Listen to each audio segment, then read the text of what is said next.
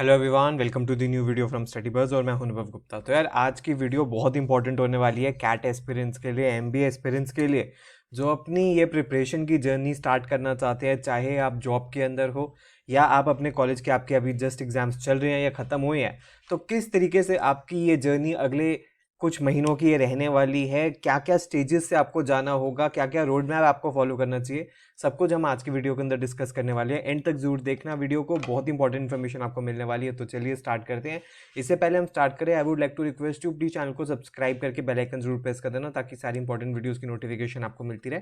और आप हमारे साथ इंस्टाग्राम पे भी कनेक्ट हो सकते हो। मैं इंस्टाग्राम हैंडल है StudyBuzz_education।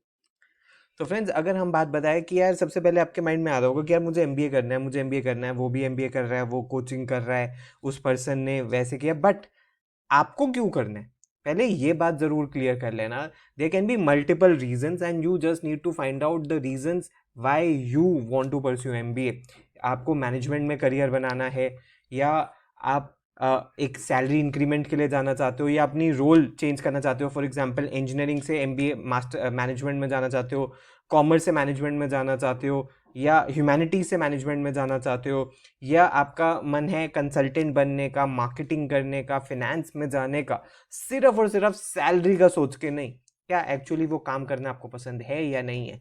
ये चीज़ आप पहले अपना माइंड मेकअप कर लो कि यार आप अगले 2 साल, 5 साल, 10 साल में आपके गोल्स क्या हैं। अगर वो एमबीए के साथ अलाइन हो रहे हैं तो आप अपना माइंड मेकअप कीजिए, और अगर आप कुछ और करना चाहते हैं अपनी लाइफ के अंदर तो फिर उसी को ही करने का ज़्यादा फायदा है। फिर ज़बरदस्ती एमबीए करने का कोई तुक नहीं है। अब जब भी आप अपनी प्रिपरेशन स्टार्ट करो तो उससे पहले एग्जाम के बारे में जितना पढ़ना ज़रूरी है, एग्जाम के लिए जितना पढ़ना ज़रूरी है, उतना ही एग्जाम के बारे में भी जानना ज़रूरी है। मान लीजिए जो भी एग्जाम के लिए आप अपियर करोगे, जैसे फॉर एग्जांपल कैट, अभी एक एक करके हम डिस्कस करेंगे भी, तो हर एक एग्जाम का, जितने भी एग्जाम्स के लिए आप अपियर करोगे, आपको उनका सिलेबस पता होना चाहिए। आपको पता होना चाहिए कि उस एग्जाम से आप कौन कौन से कॉलेज में अप्लाई कर सकते हो और उनकी कैटेगराइजेशन क्या है, कौन सा Tier 1 कॉलेज है, कौन सा Tier 2 कॉलेज है, और कौन सा Tier 3 कॉलेज है, और कौन सा ये है कि जो बिल्कुल ही अवॉइड करना है। इन सब के बारे में आपको इन्फॉर्मेशन होनी चाहिए। इन सब की वीडियोस हम रेगुलरली चैनल पे बनाते हैं। जिस भी आप कॉलेज को टारगेट कर रहे हो या जिस भी एग्जाम में आप देना चाह रहे हो, उसका सिलेक्शन प्रोसीजर क्या है, क्या आप उस एग्जाम के लिए एलिजिबल हो या नहीं हो, क्योंकि कुछ एग्जाम्स के अंदर कुछ स्पेशल एलिजिबिलिटी क्राइटेरिया होता है, तो क्या आप उसके लिए सूटेबल हो या नहीं हो। उसका फी स्ट्रक्चर क्या है, कॉलेजेस का भी, एग्जाम्स का भी, ताकि आपके पास नेसेसरी फंड्स अवेलेबल हो। अब बहुत सारे कॉलेजेस हैं जिनकी मान लीजिए फीस मान लीजिए 20 लाख से ऊपर है, लेकिन आपको ये भी पता होना चाहिए कि यार उन कॉलेजेस में स्कॉलरशिप्स भी हैं, तो स्कॉलरशिप्स का आप उनको अवेल कर सकते हो। तो ये आप तभी अवेल कर सकते हो जब एक्चुअली आपको स्कॉलरशिप्स के बारे में पता हो, उनका एडमिशन प्रोसेस क्या है, और एप्लीकेशन फॉर्म कैट का और बी स्कूल्स का। क्योंकि एक चीज़ आपको पता होनी चाहिए कि कैट के फॉर्म से आप आईएम्स के लिए तो एलिजिबल हो जाते हो, लेकिन बाकी जितने भी बी स्कूल्स है आपको सबका सेपरेट फॉर्म भरना पड़ता है। चाहे वो एफएमएस है, एसपी जैन है, आईएमटी है, एमडीआई है, या कोई भी और कॉलेज है, हर एक का आपको सेपरेट फॉर्म भरना पड़ता है। तो इन सब के बारे में भी आपके पास इंफॉर्मेशन होनी चाहिए। इन सब की भी रेगुलरली हम चैनल पे वीडियो बनाते हैं। इसके अलावा बच्चों के माइंड के अंदर एक नोशन होता है कि सर मुझे तो सिर्फ आईएम जाना है और मैं सिर्फ कैट दूंगा, और ये हम कभी भी सजेस्ट नहीं करते। हम कहते हैं कैट हो जाए वेल एंड गुड, बहुत अच्छी बात है, लेकिन appear for as many exams as you want, as you can, because जितने ज़्यादा ऑप्शंस आपके पास रहेंगे उतना फ़ायदा रहेगा। चाहे वो जैट का एग्ज़ाम है, चाहे जो जिससे आप एक्सेलर के लिए एलिजिबल होते हो, क्योंकि आपका अल्टीमेट एम तो किसी अच्छे बी स्कूल में जाना है। चाहे आप कैट से जाओ, चाहे जैट से जाओ, चाहे आप NMIMS के अंदर जाओ एनमैट से, या आप SIBM के अंदर जाओ स्नैप से, या CMAT से आप फॉर एग्जांपल मान लो CMAT से या CET से आप JBIMS चले जाओ। We have had students in the past जिसने CMAT एग्जाम के अंदर इतना अच्छा परफॉर्म किया, टॉप रैंकर वो ऑलमोस्ट हो गया था, और JBIMS में डायरेक्टली एडमिशन हो गया। XGMT से आप XIMB भुवनेश्वर के अंदर जा सकते हो। जो बच्चे दिल्ली में ही करना चाहते हो और ज़्यादा फीस अफोर्ड नहीं कर सकते, वो SRCC GBO प्रोग्राम के अंदर भी अप्लाई कर सकते हैं। तो जितने ज़्यादा प्रोग्राम्स के अंदर, जितने ज़्यादा एग्जाम्स के लिए अपियर करोगे, उतना ज़्यादा फायदा रहेगा। सिलेबस ऑलमोस्ट सारे एग्जाम्स का 70% सेम होता है, 30% थोड़ा ऊपर नीचे रहता है, और वो सेक्शन को आप प्रिपेयर कर सकते हो थोड़ी सी मेहनत करके। फॉर एग्जाम्पल मान लो जैसे जैट में DM एडिशनल आता है, तो इस DM को आप एडिशनली प्रैक्टिस कर सकते हो, तो आप जैट के लिए भी अपियर कर जाओगे।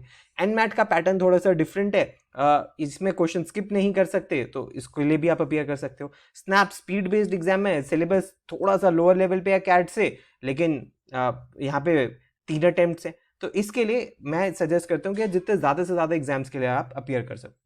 अब उसके बाद जब आप अपनी प्रिपरेशन स्टार्ट करो तो यार एक थोड़ा बहुत आपको ये भी पता होना चाहिए कि अभी आपको क्या आता है। हो सकता है आपको कुछ आता है, हो सकता है आपको अभी कुछ भी नहीं आता। सो बेटर है कि पहले देख लो यार, पता लग जाए आपको एक स्वॉट एनालिसिस के अंदर कि आपको क्या आता है क्या नहीं आता। और इसके लिए आप एक इजी तरीका ये भी कर सकते हो, पास्ट ईयर पेपर उठा लो, कैट का, जैट का, किसी का भी, कैट या जैट का पास्ट ईयर पेपर उठा लो और go through the question paper and see क्या आपको इसमें से कुछ आता है। आपको क्वांट्स आता है थोड़ा बहुत, एलआरडीआई आप थोड़ा बहुत कर पा रहे हो। I am not saying complete answer आप निकाल लो, लेकिन क्या आप थोड़ा बहुत डेटा को इन्फर कर पा रहे हो या नहीं कर पा रहे, इससे पता लग जाएगा कि यार अभी आपकी एक्चुअली अंडरस्टैंडिंग कितनी है, आपकी प्रिपरेशन अभी कितनी है और कितनी आपको मेहनत डालनी है। जिन बच्चों की प्रिपरेशन अच्छी है, पहले से उनका बेसिक स्ट्रॉन्ग है, तो वो एडवांस लेवल क्वेश्चंस पे जा सकते हैं, लेकिन जिनकी प्रिपरेशन नहीं है तो they need to start with basics and fundamentals. उसके बाद माइंड में आता है कि सर क्या हमें कोचिंग लेनी चाहिए। देखो कोचिंग जो है, कोचिंग क्लासेस चाहे आप किसी से भी लो, हमसे लो या किसी और से भी लो, वो एक पर्पस उसका ये होता है कि आपको रेगुलर एंड कंसिस्टेंट बनाने के लिए। क्योंकि जब आप खुद पढ़ते हो तो आज पढ़ा, फिर 2-3 दिन नहीं पढ़ा, फिर वीकेंड पे पढ़ूंगा, वीकेंड पे कहीं घूमने चले गए, कोई बहाना आ गया।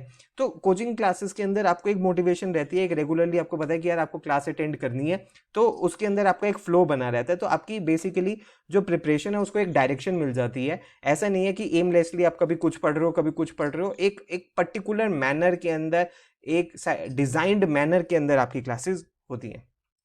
इसी के लिए फ्रेंड्स हमारा अचीवर्स बैच भी लॉन्च हो रहा है, जो कि 15 अप्रैल से स्टार्ट हो रहा है, 30 नवंबर तक चलेगा।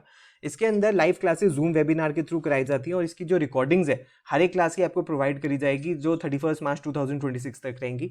लाइव ऑनलाइन क्लासेस जो है रात में 9 से 11 जूम पे करवाई जाती हैं। 1 मंथ की कैट रिवीजन वर्कशॉप्स भी होती है अक्टूबर नवंबर के अंदर। डेली आपको असाइनमेंट्स मिलते हैं, कंप्लीट स्टडी मटेरियल मिलता है, 11 बुक्स का सेट आपके घर पे कुरियर कर दिया जाता है, रिकॉर्डिंग्स मिलते हैं सारे लेक्चर्स की, आपको एक एक्सक्लूसिव डाउट फॉरम मिलता है 24/7 जहां पे आप अपने डाउट्स पोस्ट कर सकते हो। इसके अलावा फोकस रहता है CAT and non CAT exam, OMET exams के ऊपर, जीटीपीआई वैट की वीडियोस मिलती है एंड नेशनल लेवल की टेस्ट सीरीज एंड एनालिसिस भी आपको मिलता है। इस तरीके से कुछ 11 बुक्स का सेट आपके घर पे कोरियर कर दिया जाता है। इसके अंदर QR कोड का फीचर होता है जिसको आप हमारी ऐप से स्कैन कर सकते हो और उसके आंसर्स को आप देख सकते हो। इसकी जो फी है वैसे तो 30,000 रुपीज़ है, लेकिन आप इसको भी अर्ली बर्ड डिस्काउंट के अंदर 19,999 में इसको आप अवेल कर सकते हो। अगर आप इसमें एनरोल करना चाहते हो तो लिंक नीचे डिस्क्रिप्शन बॉक्स के अंदर है। अब फ्रेंड्स हमें नेक्स्ट स्टेप क्या करना है। मान लीजिए हमारे बेसिक्स नहीं है, बिल्कुल अच्छे नहीं है, तो पहले जो 2-3 महीने हैं वो हमारा जो फोकस है अप्रॉक्स मान लीजिए 15 अप्रैल से लेके जो हमारा फोकस है, मान लीजिए अप्रॉक्स 15 जून या 15 जून तक आप मान लीजिए अप्रॉक्स आपका फोकस रहना चाहिए कि भाई किस तरीके से आप अपने बेसिक्स को स्ट्रॉन्ग कर सकते हो, किस तरीके से आप अपने फंडामेंटल्स डेवलप कर सकते हो, खासकर क्वांट्स के अंदर। किसी भी तरीके की रट्टाफिकेशन करने की जरूरत नहीं है, कोई काम नहीं आएगी, आपको अपने बेसिक्स स्ट्रॉन्ग करने पड़ेंगे। जिन बच्चों के स्ट्रॉन्ग बेसिक्स एंड फंडामेंटल्स होते हैं भाई उनका एग्जाम डेफिनेटली हमने क्लियर होते हुए देखा है, और जो बच्चे रट्टा मारने की कोशिश कर रहे होते हैं कि यार मैं रट्टा मार लूँ सारा का सारा, वो नहीं हो पाएगा। यहाँ पे आपको कोई स्टेप्स के मार्क्स नहीं मिलने हैं, यहाँ पे आपका भाई करेक्ट आंसर आएगा बिल्कुल तो ही मार्क्स मिलेंगे, अगर गलत हो गया तो नेगेटिव मार्किंग ऊपर से हो जाएगी। इसके अलावा बेसिक्स आपको किस तरीके से करनी है, सबसे पहले अगर हम क्वांट के बारे में बात करें तो क्वांट यार देखो इंजीनियर्स के लिए तो थोड़ी इजी मानी गई है, लेकिन जो नॉन इंजीनियर्स है उसका मतलब ये नहीं है कि वो पेपर नहीं निकाल सकते। सारे कॉन्सेप्ट्स फॉर्मूलाज आपको आने चाहिए, इंक्लूडिंग एडवांस लेवल क्वेश्चंस तक के। बेसिक से स्टार्ट करो, फिर LOD 1 से स्टार्ट करो, फिर 2 पे जाओ, फिर 3 पे जाओ और एडवांस लेवल क्वेश्चंस पे कैट पास्ट ईयर क्वेश्चंस को प्रैक्टिस करो। यहां से आपको कौन स्ट्रॉन्ग कर सकते हो। LRDI एक डेफिनेटली कैट के लिए एक हार्ड नट माना जाता है, बट डेफिनेटली मुश्किल है लेकिन इम्पॉसिबल नहीं है। डेली अगर 2 सेट आप सॉल्व कर लो, एक LR का एक DI का, तो डेफिनेटली भाई LRDI का सेक्शन आप निकाल सकते हो। एंड VRC के अंदर तो आपको अपनी रीडिंग स्किल्स डेवलप करनी पड़ेंगी। डेली आधा से 1 घंटा you have to read diverse material, चाहे वो पॉलिटी पे है, साइकोलॉजी है, एब्स्ट्रैक्ट है, म्यूजिक है, आर्ट है, कल्चर है, साइंस है, टेक्नोलॉजी है। जितना डाइवर्स मटेरियल आप पढ़ोगे उतना ही आपको benefit RC and para summary के अंदर मिलेगा। पैरा जंबल कुछ बच्चों को मुश्किल लगता है, लेकिन यहाँ के जो पैराजंबल के मार्क्स होते हैं वो बोनस मार्क्स होते हैं, और वो किस तरीके से कर सकते हैं मैं फ्यूचर की वीडियो के अंदर कवर करूंगा। इसके बाद मान लीजिए आपने LOD 1 LOD 2 प्रैक्टिस कर लिया, अब एडवांस लेवल क्वेश्चंस करने की जरूरत है। इनिशियल मंथ्स के अंदर तो यार हम बेसिक लेवल क्वेश्चंस कर रहे होते हैं, लेकिन अब एग्जाम लेवल क्वेश्चंस अगर नहीं करेंगे तो कैसे एग्जाम निकलेगा। हो सकता है स्टार्टिंग में आपको मुश्किल लग रहा हो कि सर मुझसे तो हो ही नहीं रहे LOD 3 टाइप के एडवांस लेवल के क्वेश्चंस, लेकिन धीरे धीरे जब आप प्रैक्टिस करने लगोगे, आपके कॉन्सेप्ट्स क्लियर हो जाएंगे, तो आपको एडवांस लेवल क्वेश्चंस भी होने लगेंगे। यहाँ से आपको कॉन्फिडेंस आना स्टार्ट होगा कि हाँ यार मैं अब एडवांस लेवल क्वेश्चंस भी कर सकता हूँ। इसके साथ साथ जब एडवांस लेवल क्वेश्चंस करने हैं तो सबके यार प्रिपरेशन में एक ऐसा फेज आता है जब लगता है कि यार अब मुझसे नहीं हो रहा, अब मैं बहुत इरिटेट हो रहा हूँ, मैं अनॉय हो रहा हूँ, अब मुझे क्या करना चाहिए। तो इसके लिए यार हम time to time motivational videos भी बनाते रहते हैं कि कैसे आपको अपनी प्रिपरेशन पे कंटिन्यू रखना है, किसी भी तरीके से गिव अप नहीं करना। जो आपने अपना गोल डिसाइड किया था स्टार्ट करने से पहले, कैसे उस पर फोकस रहना है, अपने आप को कट नहीं करना। आपका जो मोटिवेशन है आपको आपके एक स्ट्रॉन्ग पर्पस से ही मिल सकती है। अगर स्ट्रॉन्ग पर्पस नहीं है कि यार मुझे अपना करियर बनाना है, तो फिर शायद मोटिवेशन आपको ना मिले और बहुत बच्चे फिर गिव अप कर देते हैं। And remain in touch with your seniors, your faculties and with your mentors, और जितना आप उनके साथ टच में रहोगे उतना आपके लिए फ़ायदा रहेगा। उसके बाद जब आपने अपने एडवांस लेवल क्वेश्चंस कर लिए, तो हमें अब मॉक्स के लिए अपियर करना है। चाहे आप कैट के लिए हो, चाहे जैट के लिए हो, चाहे एनमैट के लिए हो, या जो भी XYZ एग्ज़ाम है, हर एक एग्ज़ाम के हमें स्पेसिफिक मॉक्स देने हैं। और मॉक्स देने के बाद मान लीजिए 2 घंटे का हमने कैट का मॉक दिया, उसके बाद हमें 1 से 2 घंटे उसकी एनालिसिस पे लगाने कि यार जो क्वेश्चन सही किया, क्या उस पर हमने टाइम वेस्ट किया, और जो क्वेश्चन गलत कर दिया वो जेन्युइनली कॉन्सेप्ट की गलती थी या हम सोच ही कुछ और रहे थे। जब तक ये एनालिसिस हम नहीं करेंगे तब तक यार हमारी डेफिनेटली जो स्किल है, क्वेश्चन सॉल्विंग स्किल है, जो हमारी अंडरस्टैंडिंग है, वो इंप्रूव नहीं होगी। तो जितने मॉक्स इंपॉर्टेंट है उतने ही उसका एनालिसिस भी इंपॉर्टेंट है। और अब उसके बाद हो सकता है स्टार्टिंग के मॉक्स के अंदर आपका अच्छा स्कोर ना आ रहा हो, लेकिन आप स्कोर इंप्रूव कैसे कर सकते हो? पहले फ्यू मॉक्स के अंदर हो सकता है यार बिल्कुल भी अच्छा ना आ रहा हो, बिलो एवरेज स्कोर आ रहा हो, लेकिन आपका फोकस होना चाहिए कि यार आपको हर मॉक पे ये देखना है कि यार कहाँ गलती हो रही है, कौन सा वीक सेक्शन है, उसके ऊपर फोकस करना है। जो भी लूज गैप्स हैं उनको आपको पकड़ना है, अपना टाइम वेस्ट नहीं करना, और किसी भी क्वेश्चन को ईगो बना के उस पर नहीं अटकना। सो ये फेज बहुत इंपॉर्टेंट है कॉन्सेप्ट्स डेवलपिंग के लिए, बिकॉज एक चीज जो सारे टॉपर्स में दिए गए हैं, that they have appeared for a lot of मॉक्स। At least 25 से 30 मॉक्स का आपको टारगेट रखना है कैट एग्जाम का, कि अगर मैं 25 से 30 मॉक दूंगा तो डेफिनेटली आप एग्जाम के अंदर काफी अच्छा परफॉर्म कर पाओगे। And last but not the least, that is revision part. जब एक बार एडवांस लेवल क्वेश्चन हो जाए तो बच्चों को लगता है कि यार अब सर हम क्या करें। बहुत सारे बच्चे तो इसको स्किप कर देते हैं कि सर हमने तो कॉन्सेप्ट्स ही नहीं पढ़े, हम रिवीजन कैसे करेंगे। तो ये स्ट्रैटेजी गलत है। रिवीजन करनी बहुत ज़रूरी है। एग्जाम से 2-3 हफ्ते पहले आपको रिविजन्स करनी ज़रूरी है, जिसमें आपको सारे कॉन्सेप्ट्स रिवाइज करने ज़रूरी हैं कि क्या क्या आपने पढ़ा है, क्या क्या आपको आता है। क्योंकि जो आपकी एग्जाम परफॉर्मेंस होनी है वो आपकी बेस्ट परफॉर्मेंस होनी चाहिए। ऐसा ना हो कि एग्जाम के बाहर आप आओ और आपको लगे कि यार मैं इससे बेटर कर सकता था, ये मेरा अच्छा नहीं हुआ, ये गलत हो गया, मुझे आता था मैं नहीं कर पाया। ये सब नहीं होना चाहिए, और ये तभी हो सकता है जब आपने रिवीजन एंड मॉक्स बहुत अच्छे से किए हो। तो फ्रेंड्स, ये सब कुछ था आज की वीडियो के अंदर, जिसके अंदर हमने डिस्कशन किया है कि भाई कोई भी कैट एस्पिरेंट या MBA एस्पिरेंट को किन किन स्टेजेस से गुजरना पड़ता है और उसको कैसे डील करना है। अगर आप हमारे अचीवर्स बैच में एनरोल करना चाहते हो तो हमारी वेबसाइट है, यहाँ पे आपको कंप्लीट डिटेल्स मिल जाएंगी।